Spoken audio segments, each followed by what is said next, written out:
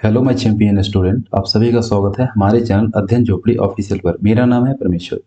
General organic chemistry के lecture number 7, इससे पहले हमने 6 लेक्चर को कंप्लीट किया है, जिसमें जनरल ऑर्गेनिक केमिस्ट्री का जो बेसिक होता है, होमोलाइसिस, हेट्रोलाइसिस, बॉन्ड क्लीवेज है, इलेक्ट्रोफाइल, न्यूक्लियोफाइल, हमने सबको कवर किया है।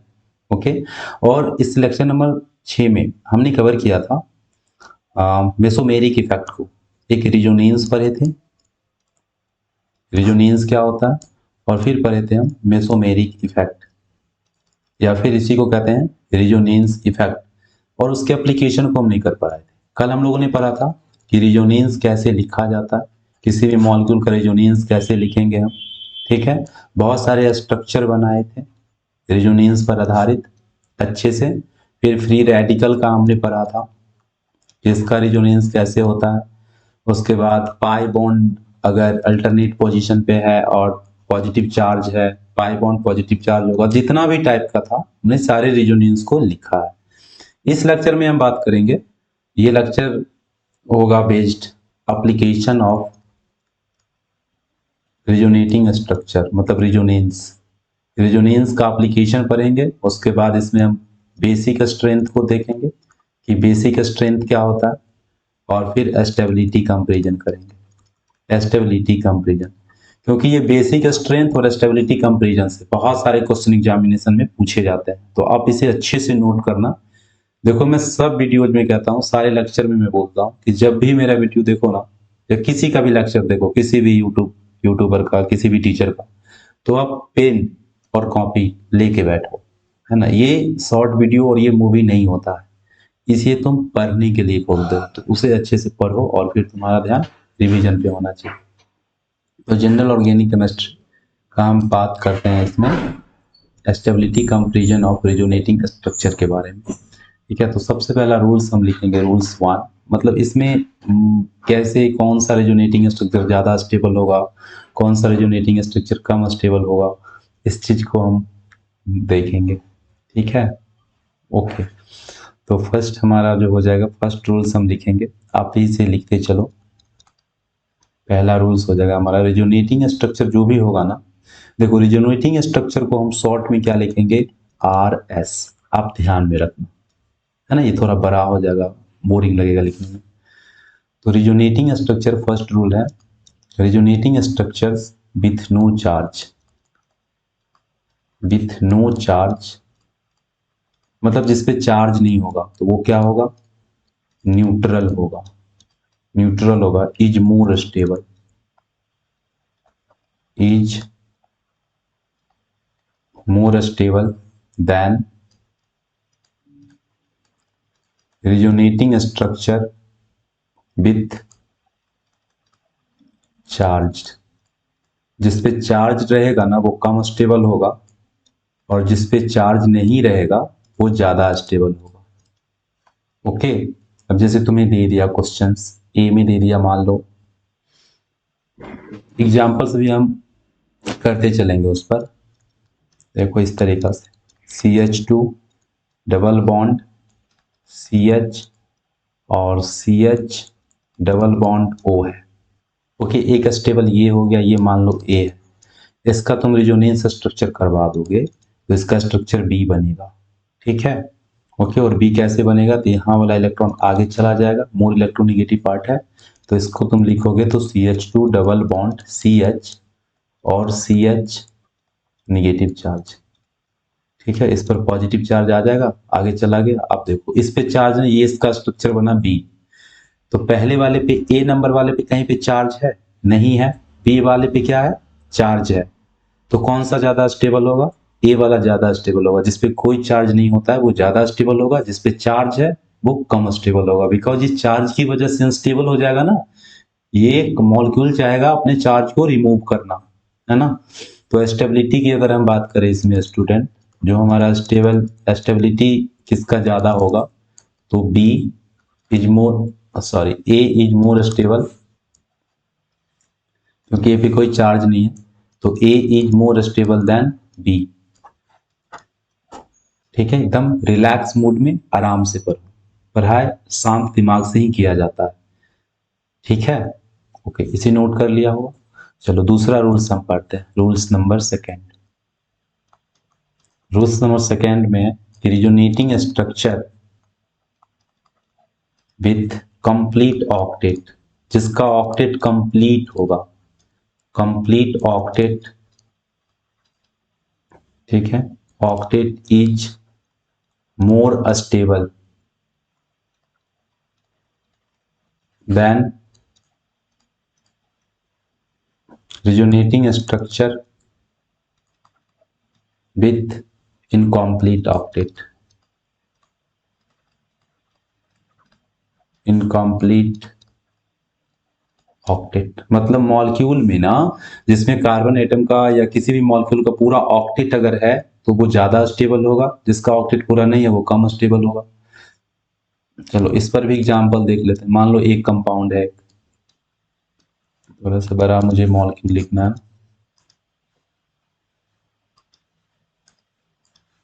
इस तरीके से देख लो।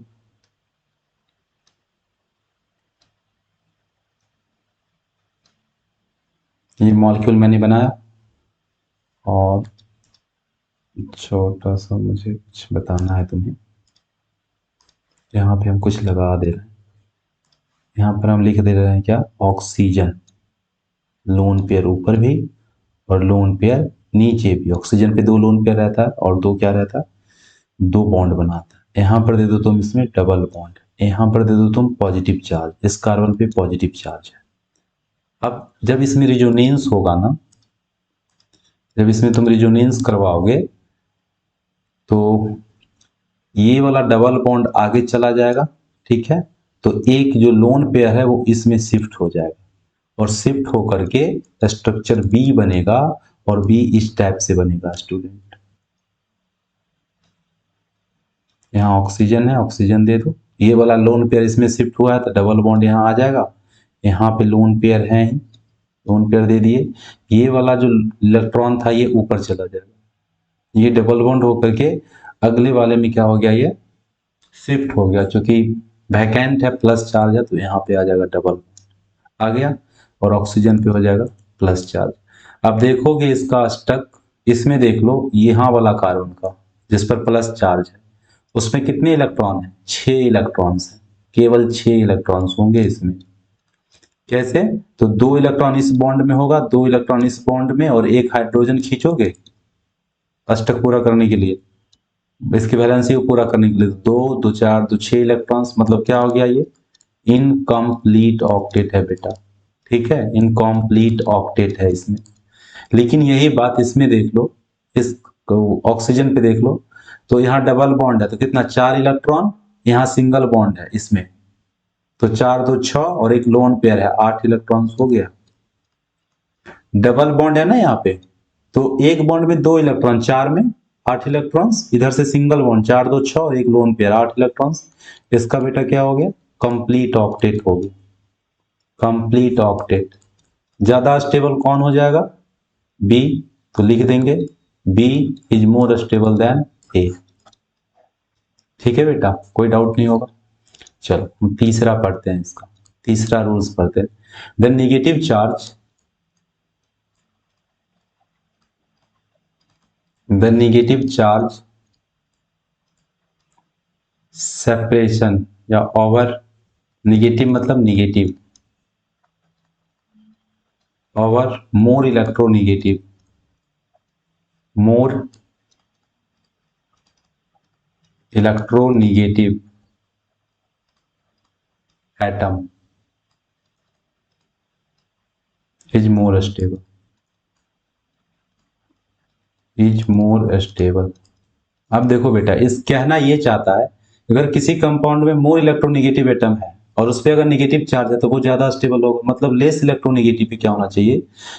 सीधा से एक और पॉइंट इसमें जोड़ लो तुम, ये जो नेगेटिव चार्ज होगा ना, जो नेगेटिव चार्ज होगा वो रहना चाहिए मोर इलेक्ट्रो नेगेटिव एटम पे, ठीक है, अगर ऐसा है तो इसका स्टेबल ज्यादा होगा।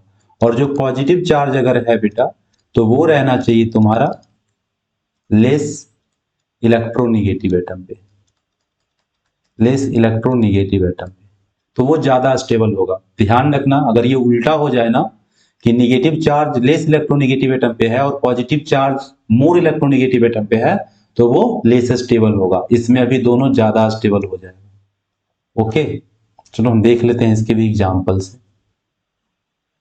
एग्जाम्पल्स, क्योंकि सारे पॉइंट पे एग्जाम्पल करोगे तब तुम्हें और अच्छे से समझ में आएगा। देख लो, जैसे फिनॉल हम ले लेते हैं, एक मॉलिक्यूल्स होता है फिनॉल ले लेते हैं OH। ऑक्सीजन पे क्या रहेगा, लोन पेयर। कल हमने पढ़ाया है कि अगर लोन पेयर वाला फिनाइल समूह से जुड़ा होगा तो उसका इलेक्ट्रॉन बेंजीन रिंग की तरफ मूव करेगा। तो इस तरीका से ये कंपाउंड और ये ए नंबर कंपाउंड है। अब इसमें तुम रेजोनेंस करवा दो, तो रेजोनेंस करवाओगे तो ये वाला इसमें शिफ्ट हो जाएगा, तो अगला जो डबल बॉन्ड वाला इलेक्ट्रॉन है वो इस एटम पे आ जाएगा, तो बी बनेगा, बी बन जाएगा ना। तो चलो बी वाले पे लिख दो। स्टेबल कैसे हो जाएगा इसका स्ट्रक्चर, इस तरीका से। देखो यहाँ पे ये lone pair electron, double bond ऑक्स OH ग्रुप, यहाँ पे पॉजिटिव चार्ज आ जाएगा। ठीक है, इलेक्ट्रॉन की कमी हो गई और यहाँ पे क्या रहेगा, ठीक है, इस तरीका से रहेगा। उसके बाद तुम देख सकते हो इसमें नेक्स्ट सी नंबर और एक डबल बॉन्ड यहाँ पे। तब ये वाला जो इलेक्ट्रॉन होगा ये क्या हो जाएगा, शिफ्ट करेगा नेक्स्ट, इस कार्बन के बीच शिफ्ट हो जाएगा, इसमें शिफ्ट करेगा, तो यहाँ वाला इस पे शिफ्ट हो जाएगा। इस तरीका से लिख दो इसमें। ठीक है, B is more stable than A हो जाएगा। उसके बाद 1 मिनट रुको, थोड़ा सा ये हो गया, हमारा एरर हो गया। इसमें हम दूसरा कंपाउंड ले लेते हैं, क्योंकि इसमें क्या हो रहा था, चार्ज सेपरेशन डिस्टेंस मोड पे जा रहा था। तो इसमें अगर हम एग्जाम्पल लिखेंगे, दूसरा एग्जाम्पल सब लिख सकते हो इस तरीके से। इस कंपाउंड को ले लो, ठीक है, यहाँ पे डबल बॉन्ड ऑक्सीजन और फिर यहाँ पर क्या रहेगा, लोन पेयर ऑफ इलेक्ट्रॉन्स। ये एक ए नंबर का कंपाउंड ले लो, ये ए नंबर है, इसमें रेजोनेंस करवा दो तो एक ये बी बन जाएगा। मतलब ये वाला उस पर चला जाएगा और ये डबल बॉन्ड जो है, ये लोन पेयर इलेक्ट्रॉन है, ये किसमें शिफ्ट हो जाएगा, इस कार्बन के बीच शिफ्ट हो जाएगा।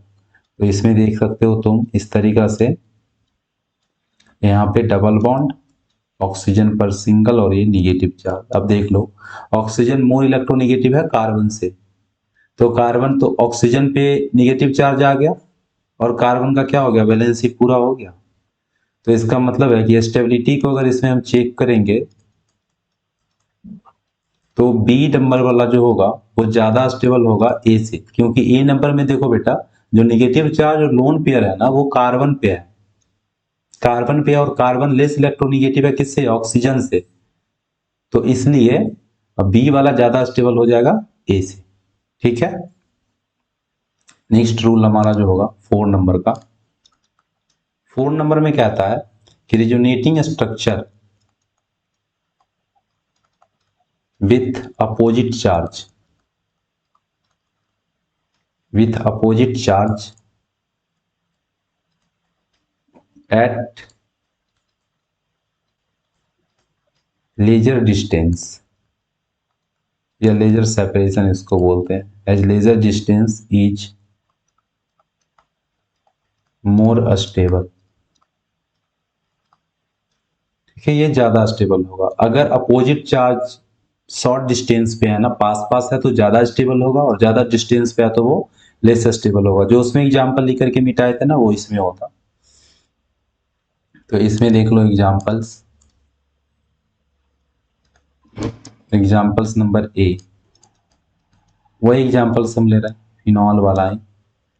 इसमें देख लो इस तरीका से होगा ये। उसके बाद यहाँ पे OH हो जाएगा, डबल बॉन्ड। अब देखो इसका बी स्ट्रक्चर हम बना लेते हैं, तो बी वाले में डबल बॉन्ड को क्या करो, इलेक्ट्रॉन वाले को इसमें शिफ्ट कर दो, तो यहाँ जो डबल बॉन्ड वाला इलेक्ट्रॉन है वो इस कार्बन पे आ जाएगा। तो नेक्स्ट स्ट्रक्चर कैसा बन जाएगा, देखो डबल बॉन्ड OH पॉजिटिव, यहाँ पे अपोजिट चार्ज, यहाँ पे पहले से डबल बॉन्ड, एक सी स्ट्रक्चर बना लो। तो ये वाला जो इलेक्ट्रॉन है, लोन पेयर इलेक्ट्रॉन, ये इसको शिफ्ट करवा दो इस कार्बन के बीच में, शिफ्ट हो जाएगा, तो यहाँ वाला इसमें आ जाएगा। तो इसमें देख लो ये इस तरीका से होगा, ठीक है। तो यहाँ पे डबल बॉन्ड, लोन पेयर, ठीक है, और फिर यहाँ से OH, और यहाँ पे क्या आ जाएगा, पॉजिटिव। अब तुम्हें क्या करना है, कंपेयर करना है कि स्टेबिलिटी किसका ज़्यादा होगा। फटाफट बता दो, जो ऊपर लिखा हुआ वही हो जाएगा।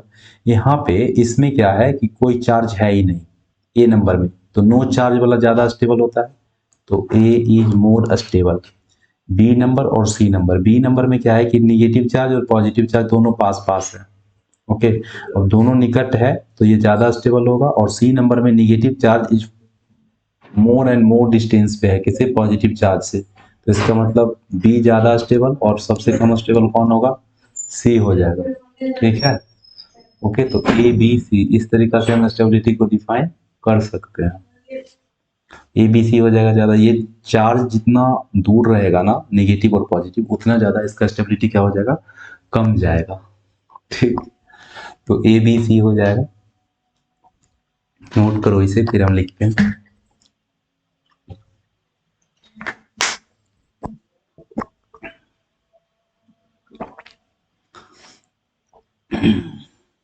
ओके बेटा, 7 नंबर का देख लेते हैं हम, ठीक है। 5 नंबर का, 5 नंबर में लिखना रिजोनेटिंग स्ट्रक्चर्स, RS को क्या बोलते हैं, रिजोनेटिंग स्ट्रक्चर। तो resonating structures with similar charge, with similar charge, similar charges at greater distance. Resonating structures with similar charge at greater distance. greater distance मतलब अगर सिमिलर चार्ज है ना, तो ये जितना दूर रहेगा उतना ज़्यादा स्टेबिलिटी होगा। क्यों, क्योंकि सिमिलर चार्ज पास रहेगा तो रिपल्सन होगा ना ज़्यादा, और रिपल्सन होने से उसमें क्या हो जाएगा बेटा, उसका स्टेबिलिटी घट जाएगा, okay. Is more stable, is more stable, okay. तो देख लो इसमें ए नंबर में लिख रहा हूं एक कंपाउंड,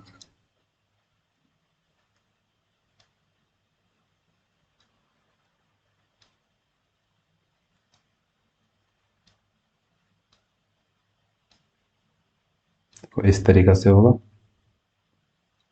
यहाँ पे डबल बॉन्ड, यहाँ पे डबल बॉन्ड, यहाँ पे डबल बॉन्ड, यहाँ नेगेटिव चार्ज है, यहाँ नेगेटिव चार्ज है। जब इसमें तुम रिजोनेंस करवा दोगे, ये लोन पेयर होता है यहाँ पे, ठीक है। तो इस वाले को क्या करो बेटा, तुम इस कार्बन में शिफ्ट कर दो, शिफ्ट कर दोगे, तो यहाँ वाला जो लोन पेयर इलेक्ट्रॉन, ये जो डबल बॉन्ड है, ये टूट करके इस पे जमा हो जाएगा, तो अब नेक्स्ट स्ट्रक्चर बनेगा।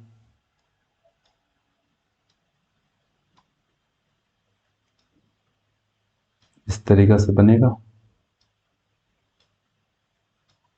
देखो डबल बॉन्ड है, डबल बॉन्ड है, यहाँ पे आ गया अब क्या, निगेटिव चार्ज आ गया, और यहाँ पे आ गया डबल बॉन्ड, यहाँ पे नेगेटिव चार्ज। दोनों में कंपेयर करो किसमें ज़्यादा सिमिलर चार्ज दूर दूर पे है, बहुत ज़्यादा दूर है, यहाँ देखो पास पास है, ज़्यादा रिपल्सन होगा, इसमें क्या होगा, मोर रिपल्सन, इसमें मोर रिपल्सन होगा। मैं जैसे लिख रहा हूँ ना बेटा, आप भी वैसे ही लिखना, ताकि आप बाद में भूलो नहीं, मोर रिपल्सन। और हाँ, जब एग्जाम टाइम होगा ना, तो जो आप नोट्स बना रहे हो उसे बस रिवीजन करके चले जाना, एक भी क्वेश्चन नहीं छूटेगा जीओसी से, ये जो भी मैं पढ़ा रहा हूँ उससे। मोर रिपल्सन,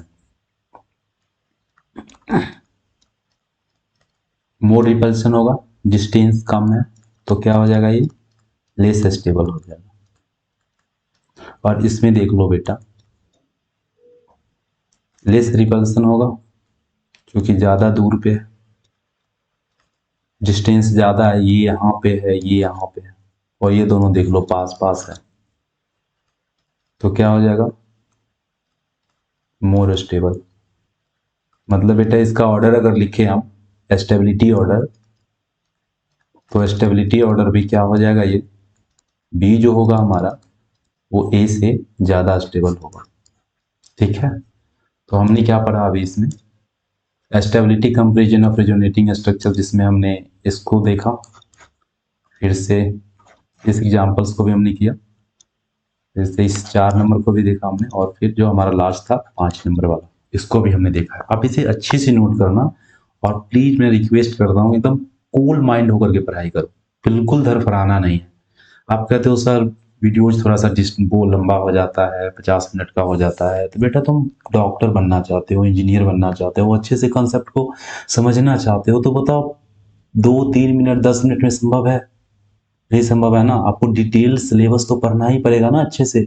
वो थोड़ा थोड़ा पढ़ करके तुम बोर्ड में नंबर ले आओगे, लेकिन अच्छे एग्जाम में जो नेशनल लेवल का एग्जाम होता है, नीट, जेई मेंस, यूसीटी, उसमें तुम बाहर हो जाओगे, उसमें तुम्हें डिटेल से पढ़ना ही पड़ेगा। या मान लो तुम उसमें पास कर भी जाते हो, तो फिर अच्छा सीट नहीं मिल पाएगा तुम्हें, है ना। तो एक अच्छा सीट लेने के लिए कॉलेज में, अपना सीट पक्का करने के लिए, कंफर्म करने के लिए कि तुम जो चाहते हो, जो पढ़ना चाहते हो, वही सीट तुम्हें मिले, तो तुम्हें अच्छे से पढ़ाई करना पड़ेगा। ठीक है, अगर तुम पूरा धरफरा के पढ़ रहे हो कि मुझे जल्दी जल्दी चाहिए, एकदम 5 मिनट के शॉर्ट वीडियोज की तरह, मूवी की तरह, तब तो फिर एनटीए वालों को ईमेल करना पड़ेगा मुझे, या बच्चों को चाहिए शॉर्ट सिलेबस, आप सिलेबस को घटा करके और शॉर्ट कर दीजिए। एक तो वो घटा ही दिया है, मैंने अपने टेलीग्राम चैनल पे सिलेबस वो शेयर किया है, एनटीई के द्वारा जो बनाया गया था नीट का, उसमें कितना उसको हाइड्रोजन एस ब्लॉक, उसके बाद बहुत सारे को सॉलिड स्टेट वगैरह को कट कर दिया, और भी बायो में भी, फिजिक्स में भी बहुत सारे चैप्टर को हटा दिया। तो तुम्हारे लिए तो शॉर्ट कर ही दिया गया ना, लेकिन जो दिया गया उसको तो डिटेल से पढ़ोगे, उसको भी उसमें भी शॉर्ट करोगे, तो फिर कैसे होगा। ओके, इसको अच्छे से नोट कर लेना। अब हम पढ़ते हैं स्टूडेंट बेसिक स्ट्रेंथ कंपेरिजन, कि बेसिक स्ट्रेंथ का कंपेरिजन हम कैसे करते हैं। तो सबसे पहले पढ़ेंगे कि बेस होता क्या है। ठीक है, सबसे पहले पढ़ो तुम बेस, कि बेस किसको कहते हैं। देखो, बेस का तो एक परिभाषा ये है स्टूडेंट कि इलेक्ट्रॉन पेयर डोनर, है ना, हमने पहले ही लेक्चर में कवर किया है इसको। इलेक्ट्रॉन पेयर डोनर जो होगा ना, वो बेस होगा, इलेक्ट्रॉन पेयर डोनर। या फिर क्या होगा, जो H प्लस होता है उसको बोलते हैं प्रोटॉन, बिकॉज इसमें सिर्फ प्रोटॉन है, इसलिए H प्लस को प्रोटॉन कहते हैं। प्रोटॉन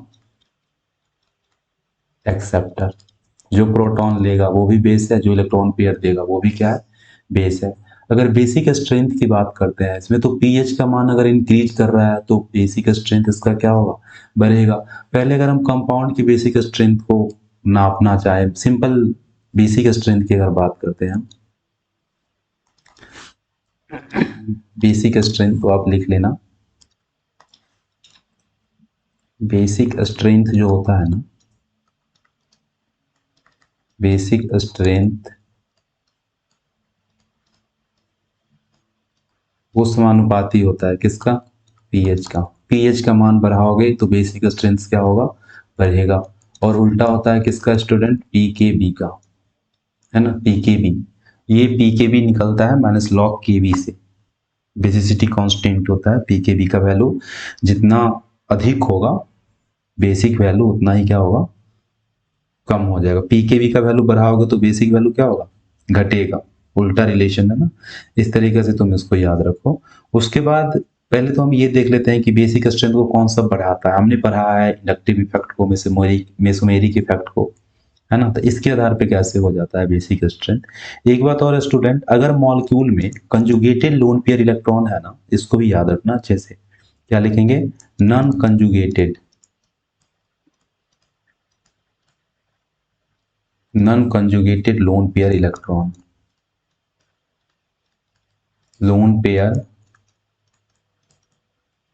इलेक्ट्रॉन, जो non conjugated lone pair electron है, मतलब ऐसा लोन पेयर इलेक्ट्रॉन जो कंजुगेशन में भाग नहीं लेगा, जो मॉलिक्यूल के अंदर मूवमेंट में भाग नहीं लेगा, मॉलिक्यूल के अंदर मूव नहीं करेगा, उसको बोलते हैं non conjugate lone pair electron. तो non conjugate lone pair electron करता ये है इंक्रीज करता है, इंक्रीज्ड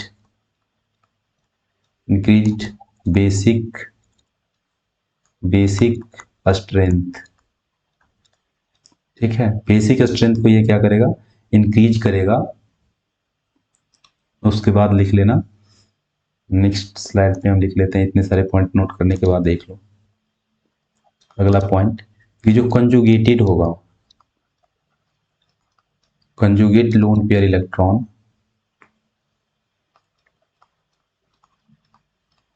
लोन पेयर इलेक्ट्रॉन, अब ये मॉलिक्यूल में कंजुगेशन करेगा ना तो ये आसानी से नहीं निकल पाएगा। तो conjugate lone pair electron decreased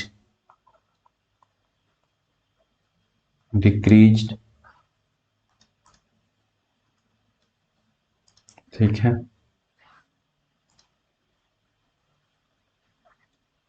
decreased basic strength,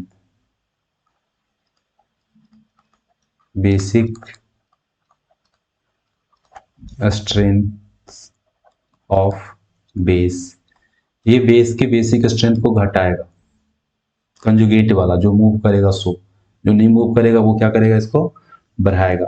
तीसरी बात याद रखना, percentage of S character, percentage S character, देखो अगर एस करेक्टर का डेवलपमेंट होगा ना तो ये जो होता है वो बेसिक स्ट्रेंथ के क्या होता है, रिवर्स होता है, बेसिक स्ट्रेंथ का ये रिवर्स होता है। ठीक है, तो ये कैसे सर लिखेंगे कि एस करेक्टर किस में ज़्यादा होगा, तो देखो परसेंटेज एस करेक्टर जो होता है ना, बेसिक ऑर्डर की अगर हम बात करें, बेसिक ऑर्डर, तो इसमें देखोगे तुम तो जो sp3 होगा वो सबसे ज़्यादा बेसिक होगा, उसके बाद sp2 होगा, सबसे कम क्या होगा, sp होगा।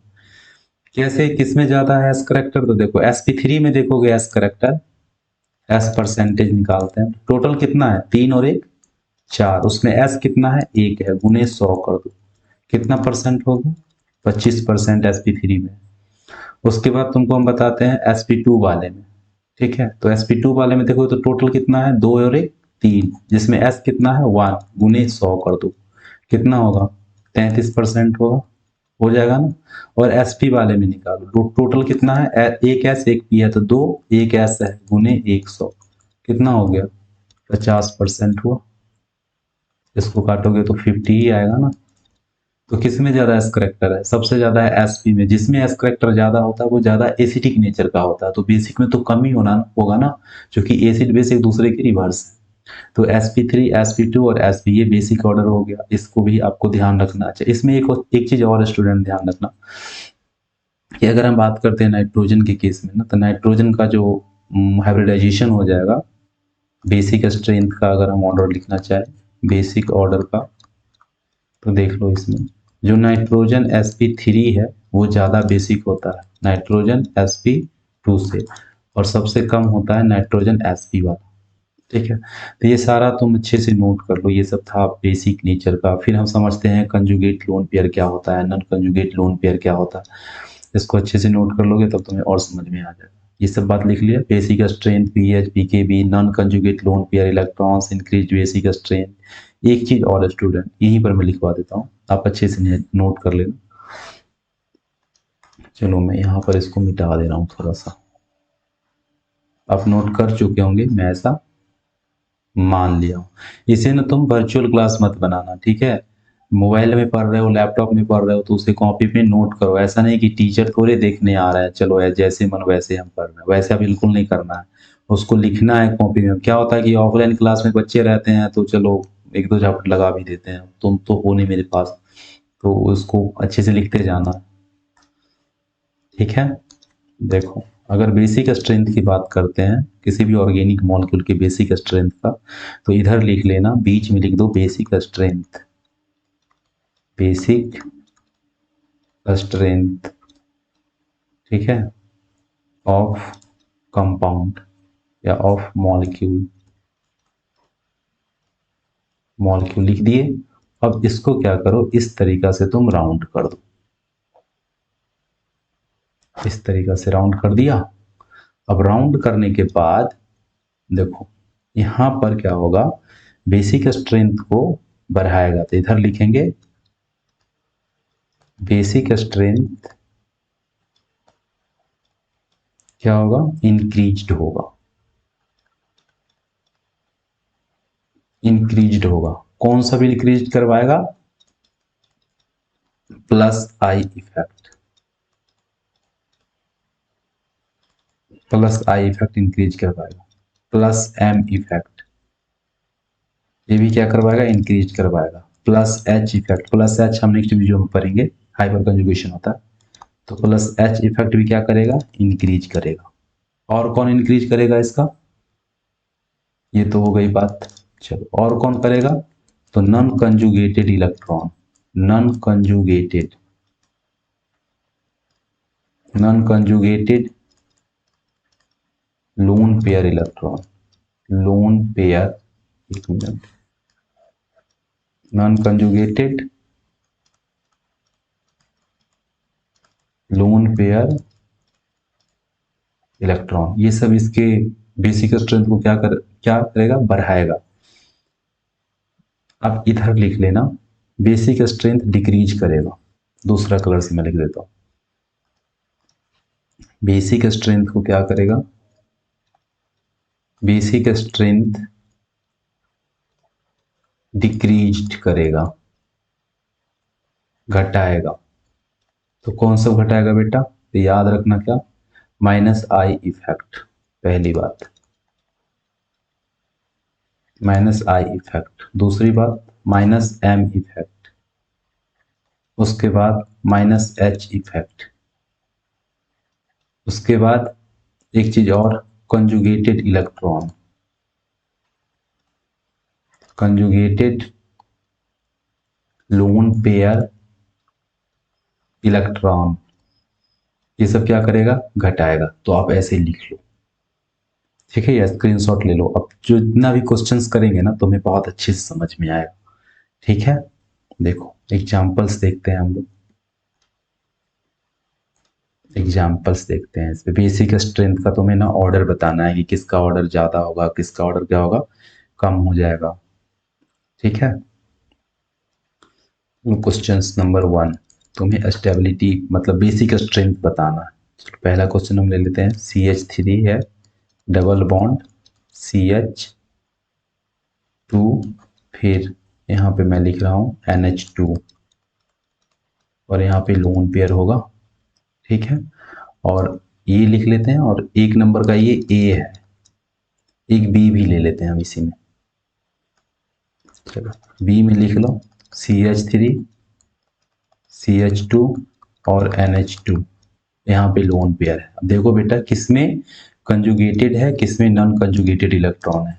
तो इसका स्ट्रक्चर देखोगे ना, तो ये लोन पेयर क्या करेगा, नीचे की तरफ मूव कर जाएगा। इसमें क्यों मूव करेगा, क्योंकि यहाँ पे बेटा पाई इलेक्ट्रॉन है और ये आगे चला जाएगा, यहाँ पे वो CH2 होगा, ठीक है। तो जब यहाँ पे मूव करेगा ना, तो CH2 यहाँ पे क्या चला गया, negative electrons, single bond CH2, double bond, ठीक है, यहाँ पे डबल बॉन्ड बन जाएगा, 2 और एक 3, यहाँ पे बेटा ये हाइड्रोजन में ना ये नहीं होगा, ठीक है, तो यहाँ भी नहीं होना चाहिए, ठीक है। तो CH डबल बॉन्ड और यहाँ पे हो जाएगा बेटा NH2, ठीक।